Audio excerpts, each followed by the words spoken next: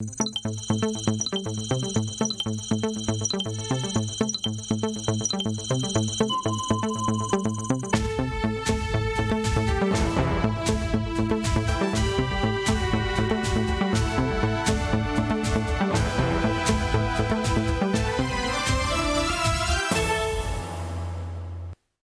est 13h à Ouagadougou. Voici les titres. Lancement officiel d'un nouveau système simplifié pour le traitement et le paiement des dossiers de retraite. Une innovation de la Caisse autonome de retraite de fonctionnaires Carrefour qui donne droit à certains avantages que vous entendrez dans ce journal. Il sera également question de décoration dans cette édition. Plusieurs agents, que ce soit dans le domaine de la solidarité, du sport ou de la communication, ont vu leur mérite reconnu pour le service rendu à la nation par l'État burkinabé. Et parmi eux, le journaliste Jofa Vaha, directeur des rédactions de la télévision Truy TV et la radio Watt FM. Des moments riches en émotions que nous vous permettrons de vivre dans quelques instants. Et puis nous ferons également un tour à l'hôpital Yalgado où le docteur Mamadou Savadogo, chef du service traumatologique, dénonce la situation catastrophique qu'ils vivent en ce moment et demande la mise en place d'un système de régulation ainsi qu'une extension des équipes en période de grande affluence. C'était les titres de ce 30 décembre 2021. Bonjour et bienvenue. Eh bien, direction le palais de Kossiam où le gouvernement a tenu ce mercredi 29 décembre le dernier conseil de ministres de 2021. En plus des nominations, plusieurs rapports ont été adoptés au titre des ministères en charge de la réconciliation nationale, des finances et de la santé. Aussi, le président a décidé de gracier pour le 1er janvier 2022 874 détenus. Maxime Jean-Eudes Bambara pour le compte-rendu. 874 détenus vont bénéficier de la grâce présidentielle comme il est de coutume à chaque nouvel an. C'est l'une des plus importantes décisions annoncées à l'issue de ce dernier conseil de ministres de 2021. Au nombre de ceux qui seront graciés, 313 auront une remise totale de peine et 561 détenus pour lesquels la remise sera partielle allant de 3 à 12 mois. Pour bénéficier de cette remise-là, le détenu doit déjà avoir déjà passé la moitié de sa peine en prison déjà. Une fois que vous avez donc purgé la moitié, vous pouvez être candidat donc, à la remise de peine. Et les critères, c'est déjà les conditions d'âge, parce qu'il y en a qui sont très âgés, qui sont fragiles. Il y en a qui sont également de l'ordre de la minorité pénale. Et il y en a qui ont des problèmes de santé, la santé fragile. Et donc, il y en a également qui se sont fait remarquer du point de vue donc, des travaux d'intérêt commun. Donc ce sont ces critères-là qui ont prévalu à faire le choix de faire des remises totales ou des remises partielles de peine à l'endroit donc, de ces 874 détenus. Le gouvernement a par ailleurs décidé de la nomination de 119 membres du Conseil national d'orientation et de suivi du processus de réconciliation nationale. Le Conseil a également adopté 2 autres rapports au titre du ministère en charge de la réconciliation nationale, dont le premier consacre la poursuite de la création, les attributions et le fonctionnement de la commission d'orientation du Forum national. Le deuxième rapport, lui, fait le point de l'état d'avancement du processus de réconciliation nationale. À ce niveau-là, le rapport a fait le point des acquis en insistant sur la détermination des besoins de réconciliation qui ont été relevés dans plusieurs champs, le champ politique, le champ économique, le champ communautaire, les conflits fonciers, un certain nombre de secteurs où effectivement des Burkinabés ont été victimes d'injustice de la part d'autres Burkinabés. Le centre hospitalier universitaire de Bassinko pourra enfin voir les jours avec la ratification d'une ordonnance pour le financement de cette formation sanitaire. Un accord de prêt et de don avec la Deutsche Bank pour un montant de plus de 77 milliards de francs CFA. Alors je vais vous rappeler juste qu'il y a eu une polémique autour donc, de ce centre hospitalier universitaire où on a eu tendance à dire que la ministre qui était en charge des finances s'était volatilisée avec les finances, mais en fait c'est parce que le gouvernement devait travailler à avoir les meilleurs arrangements de financement. Et c'est maintenant qu'on pense qu'on a trouvé les meilleurs arrangements. Et donc on a instruit le ministre en charge de la santé, le ministre en charge de l'habitat, le ministre en charge des infrastructures et le ministre en charge des Finances pour qu'ils puissent accélérer le processus parce que le financement est acquis et on a un délai de 24 mois pour que donc ce centre hospitalier puisse voir le jour et accroître les capacités d'accueil de nos hôpitaux et renforcer donc les plateaux techniques au bénéfice des populations du Burkina Faso.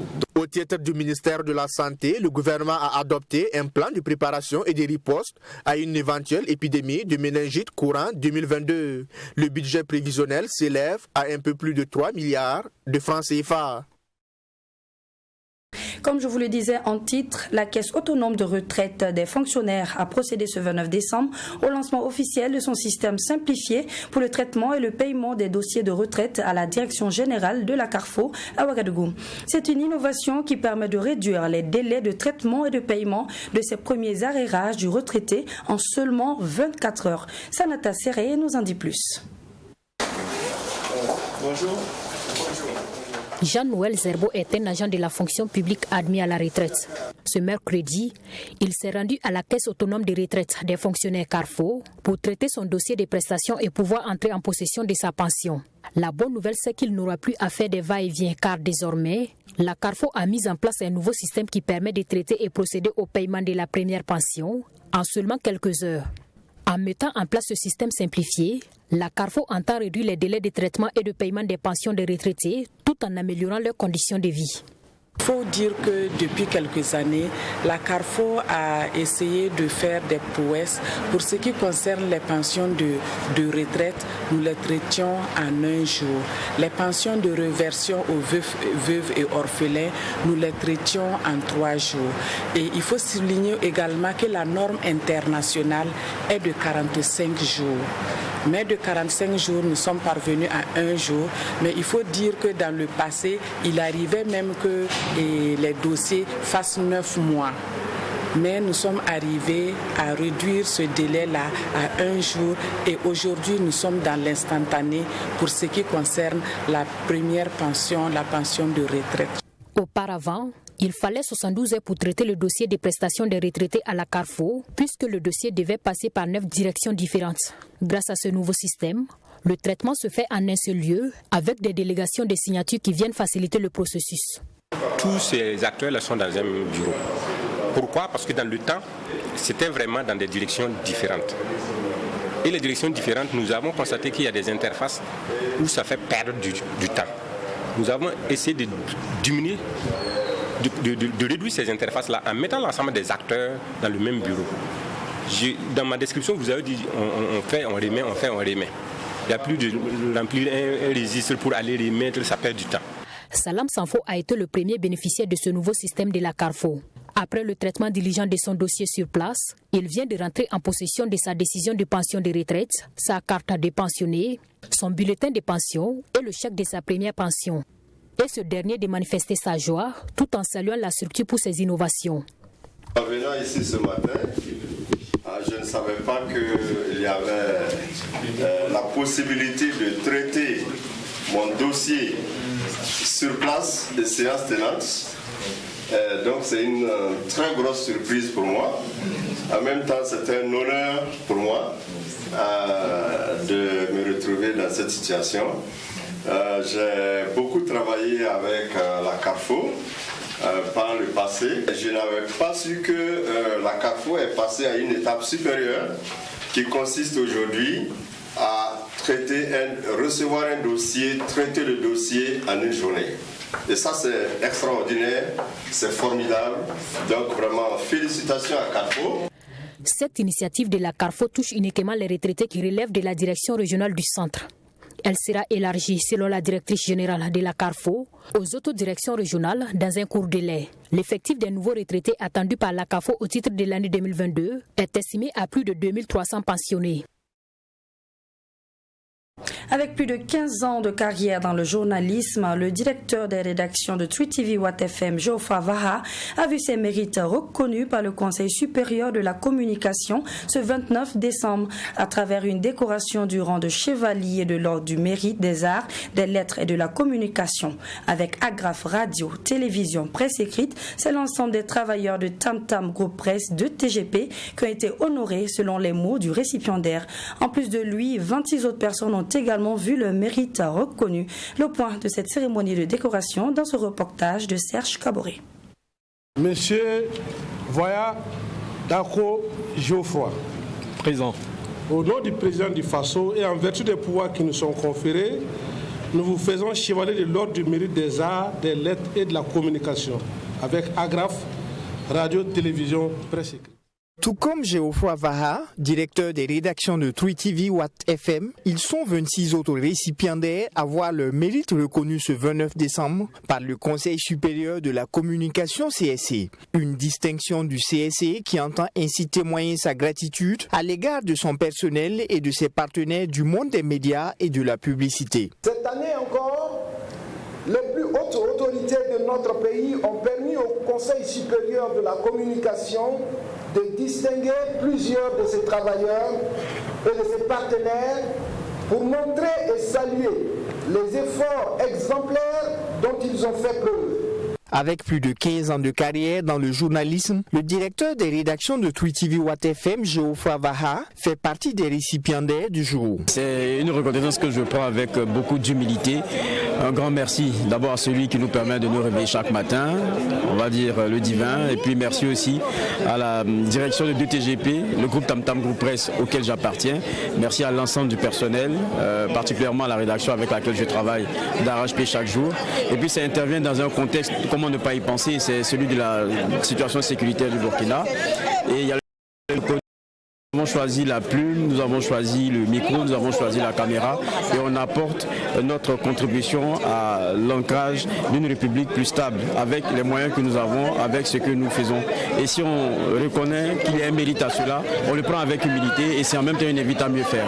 Ainsi, ce sont 20 récipiendaires dans le grade de chevalier et 7 récipiendaires dans le grade d'officier qui ont été décorés par le CSC. À moi d'abord qui ai eu cette médaille, une invite à bien faire.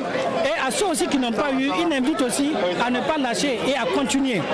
Donc franchement, c'est double fierté, à la fois joyeuse, à la fois vraiment de bataille, de combativité pour continuer le travail, pour inspirer aussi tous ceux-là qui n'ont pas eu. Cela est une invite à faire davantage. Et je dédie cette distinction à l'ensemble de mes collaborateurs sans lesquels je n'allais pas pouvoir arriver à ce niveau. Et à ma famille, à mes parents, et en tout cas tous ceux avec lesquels nous avons relevé ensemble des défis. Et cette distinction-là est une œuvre collective et c'est ma modeste personne qui a été choisie pour la recevoir. Ce que je ressens aujourd'hui, c'est une joie immense. Parce qu'après ta retraite, si les gens avec qui tu as travaillé et que tu as continué à travailler savent que tu es toujours méritante et essayent de te décorer, sincèrement, je ne sais quoi dire. Je ne fais que dire merci à tous ceux qui m'ont permis d'avoir cette décoration et je remercie la presse. Cette décoration du Conseil supérieur de la communication à l'endroit de ses partenaires du monde des médias et de la publicité vise à témoigner la reconnaissance de l'institution pour le service rendu par ces hommes et femmes du domaine. Toujours dans le cadre des décorations de ce 29 décembre à Ouagadougou, l'État burkinabé, à travers le ministère du Genre, de la Solidarité nationale, de la Famille et de l'Action humanitaire, a reconnu le mérite de 76 personnes physiques et morales à titre moral et exceptionnel dans l'ordre du mérite de la santé et de l'action sociale. Sans plus de commentaires, je vous laisse suivre ce reportage de Fatimata Nikema. Après 10 ans d'existence et de services rendus aux personnes handicapées visuelles, l'association des handicapés visuels Wensongde du Kourouéogo pour le développement vient de voir ses efforts récompensés pour la première fois par l'État burkinabé. Son président, pasteur Jonas Tapsoba, a reçu ce 29 décembre une distinction honorifique au nom de sa structure. Nous, on accueille les handicapés visuels chez nous, donc on les forme en l'alphabétisation méthode Braille. Bon, après ça, on fait des tissages, en lipico, des cesses, etc. Bon, l'élevage aussi, on apprend ça. Vraiment, je suis très ravi pour cette journée-là. Vraiment, ça me fait plaisir. Donc, ça me donne courage de continuer à gérer les handicapés. Comme lui, 75 autres personnes physiques et morales ont été élevées au rang de chevalier de l'ordre du mérite, de la santé et de l'action sociale. Une immense joie pour ces récipiendaires qui accueillent cette distinction comme une invite à redoubler d'efforts dans l'accomplissement de leur mission. Ça me donne l'occasion de dire merci à la hiérarchie pour cette distinction et je le prends comme une invite à mieux faire, une invite à plus d'abnégation et je m'engage dans cette dynamique-là.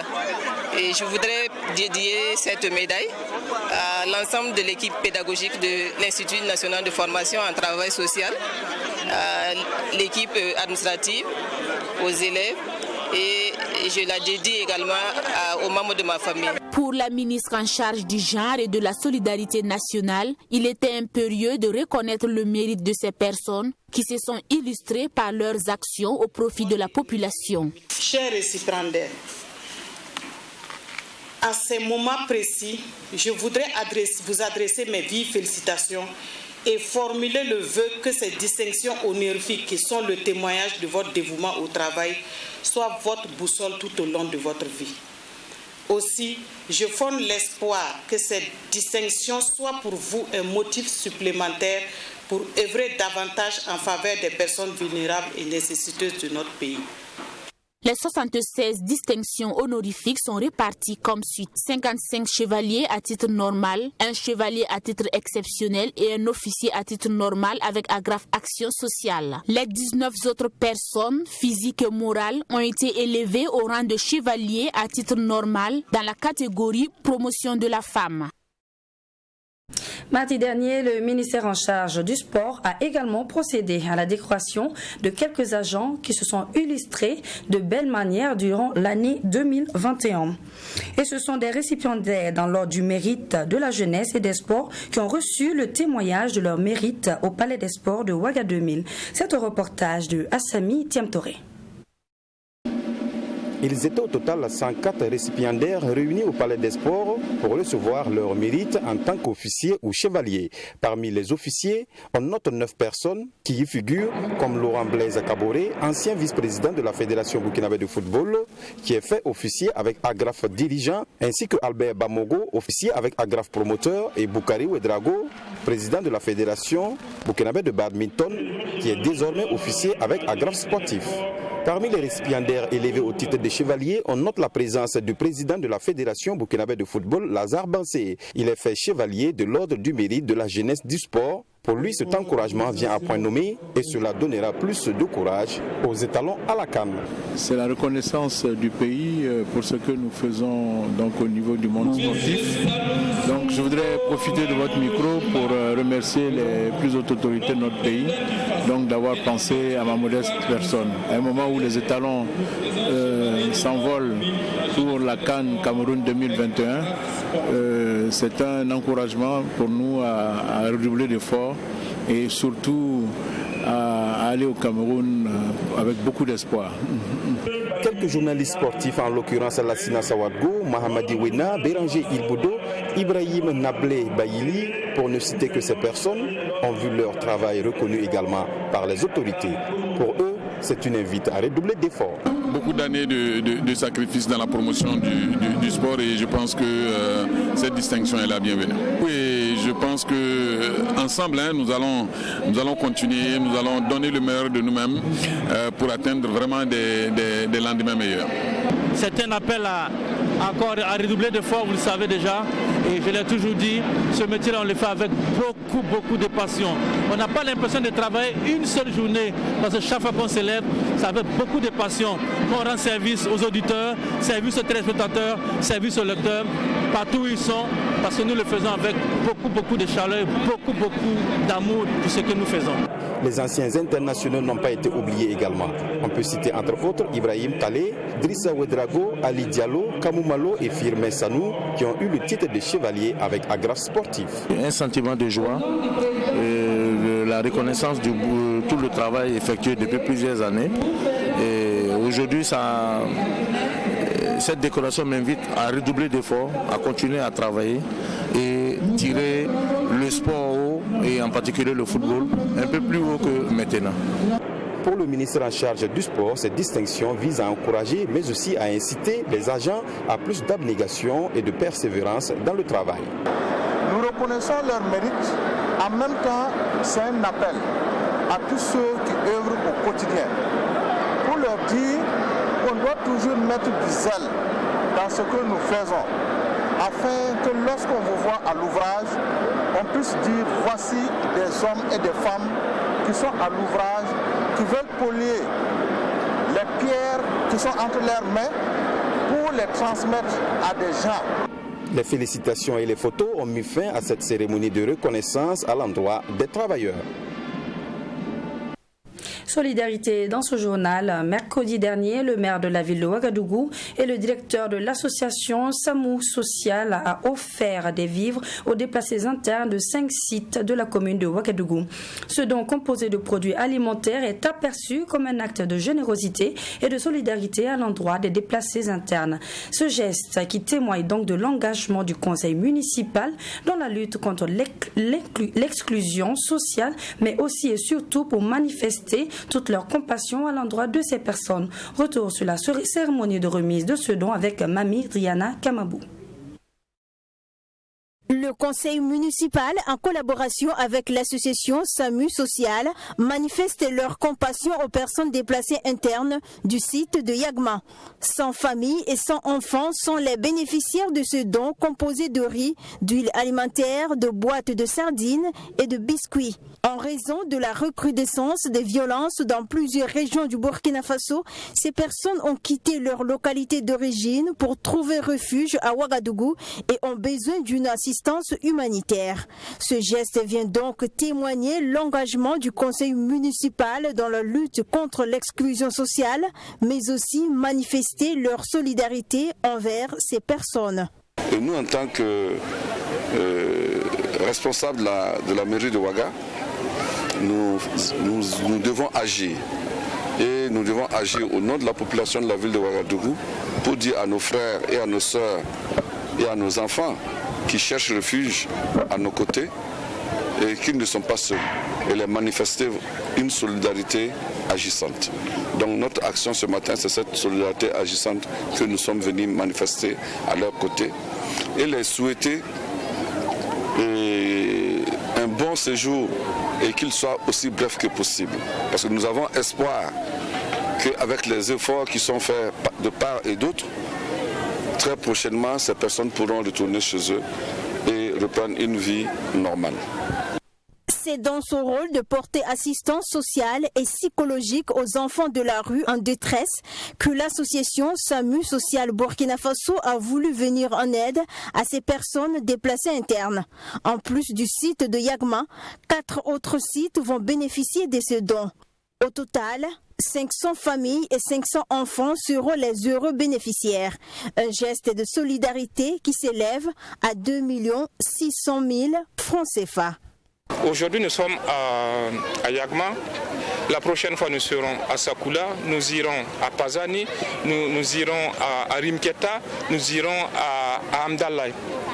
Voilà, donc c'est pour dire que nous allons certainement toucher autour de 500 chefs de famille et 500 enfants qui auront un tant soit peu, un peu de riz, un peu d'huile, un peu de biscuits, un peu de sardines pour calmer et pourquoi pas, un mot important, c'est l'espoir, préserver l'espoir. Et selon le maire de Ouagadougou, 50 000 personnes déplacées internes sont enregistrées dans la ville de Ouagadougou. Ces bénéficiaires ont soumis des doléances aux premiers responsables de la commune de Ouagadougou lors de cette cérémonie. Des doléances en lien avec le manque d'accès aux services sociaux de base tels que la santé et l'éducation. Armand Roland-Pierre Bewende dit avoir pris bonne note et promet les transmettre à qui de droit. Et voilà un geste qui a été très apprécié par les veuves ainsi que les familles de nos FDS tombés. Du riz, des pâtes, du savon, voilà entre autres ce qu'elles ont reçu ce mercredi par le groupe Tchétché qui est un groupe spécialisé dans l'événementiel. Un don reçu par le représentant de la direction de la police nationale qui n'a pas omis de saluer cette action du groupe Tchétché. Suivons ce compte rendu de Michael Tougri. 1 tonne de riz, des cartons de savon et du spaghetti. C'est le geste du groupe Tchétché spécialisé dans l'événementiel. Un don au profit des veuves et des familles des policiers tombés sur le champ d'honneur dans la lutte contre les groupes armés. Ce don est reçu par le représentant du directeur général de la police nationale qui a salué l'action du groupe Tchétché. Le sentiment de reconnaissance que des acteurs culturels pensent aux veuves et aux orphelins de nos collègues tombés au champ d'honneur. C'est un sentiment de reconnaissance. Et ce geste, au-delà du matériel, aura un impact sur le ressenti moral de ces familles. Il y a une organisation pour que cela arrive à acquis des droits. Cette initiative de solidarité envers les familles des forces de défense et de sécurité entre en droite ligne des obligations du groupe Tchétché en tant que société citoyenne. Pour nous, poser une action sociale à l'endroit des veuves orphelins des policiers tombés au front marque pour nous, contribue à garantir la joie et le message que nous voulons prôner à travers notre festival. Si ne pas faire ce don-là va créer une symphonie inachevée pour nous. Donc il était important pour nous de venir témoigner notre soutien aux FDF tombés au front à travers leurs familles. Donc ce geste de manière symbolique aujourd'hui marque notre soutien à tout ce que traversent les familles des FDF au Burkina. Le groupe Tchétché est une société à plusieurs pôles de compétences. Dans le cadre des festivités des fêtes de fin d'année, le groupe Tchétché organise dans la capitale Ouagadougou la première édition de Ouaga by Night du 29 au 31 décembre. Ce rendez-vous se veut une tribune de promotion et de valorisation des acteurs du divertissement dans un contexte de résilience. Les fêtes de fin d'année, la police municipale de Ouagadougou a déployé un nombre important d'agents pour veiller à la sécurité des populations et surtout réglementer la circulation. En collaboration avec la police nationale, la direction de la sécurité publique met tout en œuvre afin que ces moments de réjouissance se passent dans la sérénité. Pour ce faire, nous avons donc rencontré le directeur de la sécurité publique ce 29 décembre et il est au micro de Abdoul Rahim Niénié. À quelques heures de la fête de fin d'année, la ville de Ouagadougou grouille de monde. La circulation devient de plus en plus difficile avec des embouteillages sur les routes principales de la ville. Conséquence, l'incivisme sur la route avec la multiplication des accidents. Pour parer à cela, la police municipale, en collaboration avec la police nationale, a déployé des agents à travers la ville pour veiller à la sécurité des personnes et des biens. Vraiment, c'est conjointement fait avec au niveau de la police nationale, et particulièrement au commissariat central, les commissariats d'arrondissement, le service régional de la circulation routière et la police municipale. Et nous avons reparti les carrefours pour occuper toute la ville. Et les carrefours équipés de feu et également les intersections sans feu pour quand même appuyer et accompagner la population ces fêtes de fin d'année. Voilà grosso modo les dispositions prises. Sur le terrain, les agents relèvent plusieurs cas d'incivisme, de manque de tolérance, ce qui implique, selon le directeur de la sécurité publique, une méconnaissance du code de la route. Il en appelle donc à la responsabilité de chacun. C'est notre activité régalienne, mais bon, à nous seulement on ne peut pas gérer. Il faut impliquer d'autres acteurs, tels que la jeunesse elle-même, parce que vous savez bien que la population burkinabé, particulièrement celle de Ouagadougou, est à près de 60% jeune. Et de surcroît, cette majorité de la population est illettrée. Donc ça veut dire que le code de la route, les codes et les règlements pris en fonction, pour réglementer la circulation routière, beaucoup ne maîtrisent pas. Ils ne comprennent pas, ils ignorent. Donc il faut forcément on intensifie la sensibilisation. Et on voulait vraiment relancer cet appel-là pour que quand même, au niveau des communes, au niveau des villages, que l'autorité même intensifie ces trucs-là pour quand même sensibiliser. C'est-à-dire que l'essentiel, que même l'usager, une fois qu'il a le béaba de la circulation, le code de la route, ça pourra vraiment nous aider dans la circulation. Dans ces circonstances, les agents sur le terrain sont appelés à sensibiliser les populations et les assister, et aux populations de respecter un minimum de principes afin que les fêtes se passent dans la sérénité. En tout cas, mais pour moi, plus qu'on peut aborder l'année, il faudrait vraiment que les usagers de la route, particulièrement que les gens fassent beaucoup attention. Et le respect strict de la circulation, au code de la route, le respect de nos éléments qui sont sur le terrain, moins de vitesse, moins d'alcool, Et également, la tolérance dans la circulation. Les gens ne sont pas tolérants dans la circulation. Ce n'est pas parce qu'on a raison qu'on doit forcer. On doit être tolérant à tous les niveaux. Et mon dernier mot, c'est vraiment que vivement que nous, le pays retrouve la paix, la quiétude, et que nous vivons ensemble dans la cohésion totale. Victor Bazier a également invité les populations à faire confiance aux forces de défense et de sécurité en général qui travaillent pour le bien-être des populations. En titre, je vous l'annonçais, le docteur Mamadou Sawadougou, qui est le chef du service traumatologique à l'hôpital Yalgado Ouedraogo, dénonce une surcharge de la capacité d'accueil du service et suggère la mise en place d'un système de régulation ainsi qu'une extension des équipes en période de grande affluence. Enfin, entre les difficultés d'accès et la prise en charge de cette unité de soins, nous ne sommes pas censés ignorer qu'en cette période de fête, le service des urgences traumatologiques demeure le service le plus sollicité. Le point dans ce reportage signé Serge Caboret. Service le plus fréquenté du centre hospitalier universitaire Yalgado Ouedraogo, les urgences traumatologiques reçoivent principalement les patients traumatisés dont les premières causes sont essentiellement les accidents de la circulation routière. Ainsi, tous les patients accidentés pris en charge par les sapeurs-pompiers sont principalement dirigés vers ce service de l'hôpital. Toute chose qui n'est pas sans conséquence pour ce service dont la capacité d'accueil n'est que d'une trentaine de lits. Il y a beaucoup de patients. Actuellement où je vous parle, il n'y a pas de place, même à terre. Et là, vous voyez 2 ambulances qui sont garées, donc qui attendent de débarquer des patients. Vous voyez, il y a un accompagnant qui rentre avec une natte. Il est allé chercher la natte dehors pour venir se trouver un espace afin qu'on puisse descendre son malade qui est encore dans l'ambulance. Donc c'est pour dire qu'il n'y a pas de place. Nous sommes complets. Et pour décongestionner ce service traumatologique, le premier responsable de l'unité plaide pour la mise en place d'un système de régulation qui répartit les urgences entre les différents CHU. Vraiment, la solution, ce serait d'essayer de répartir les urgences avec les autres CHU. Pendant que les autres ont de la place, nous avons des patients à terre. Et même à terre, il n'y a plus de place. Et dans ces CHU-là aussi, il y a les mêmes compétences, sinon parfois même plus de compétences. Donc il faut trouver le moyen de répartir les urgences entre les différents CHU. Ça sera bénéfique pour tout le monde. Pour ce qui est de la prise en charge des patients admis ici, voici la procédure. Quand le patient arrive, il est déposé par le sapeur-pompier ou par tout autre type de véhicule, il est admis à l'accueil. Et là, il y a des internes et des 2S qui le reçoivent, qui font son enregistrement et qui procèdent à un interrogatoire pour connaître un peu les circonstances. Et une fois que l'enregistrement est fait, on l'examine et puis on pose le diagnostic, ce qui peut nécessiter de demander des examens complémentaires, notamment la radiographie. Et quand tout ça c'est fait et qu'on a le diagnostic, il faut traiter.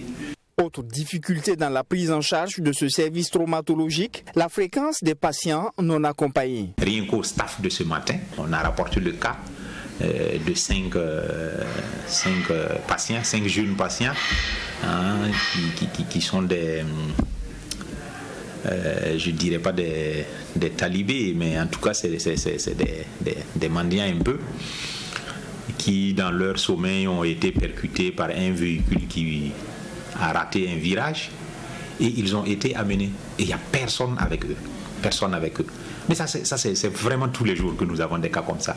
Il y a 2 jours, on avait un malade mental qui a été percuté avec une fracture et on vient le déposer. Il n'y a personne pour s'en occuper. Donc on est obligé de faire ce qu'on peut. La période de fête constitue généralement une période de grande affluence pour ce service traumatologique de l'hôpital Yalgado et le docteur Sawadougou recommande la prudence. Le premier conseil, si j'avais des conseils à donner, ce serait le port du casque. Parce que près de 60% des traumatisés que nous recevons aux urgences traumatologiques relèvent de la neurochirurgie. Et je ne me tromperai pas de beaucoup en disant que l'essentiel des traumatisés de neurochirurgie là sont des traumatisés crâniens. Au service des urgences traumatologiques de l'hôpital Yalgado, le plus fort taux de décès sont liés au traumatisme crânien. Le port du casque est donc vivement souhaité afin de se prémunir des risques de traumatisme crânien, selon le docteur Mamoudou Sawadogo. Fin de ce 13h, merci de nous avoir suivis. Samuel Beckett disait « Se donner du mal pour de petites choses, c'est parvenir aux grandes choses avec le temps ». Bon après-midi à toutes et à tous.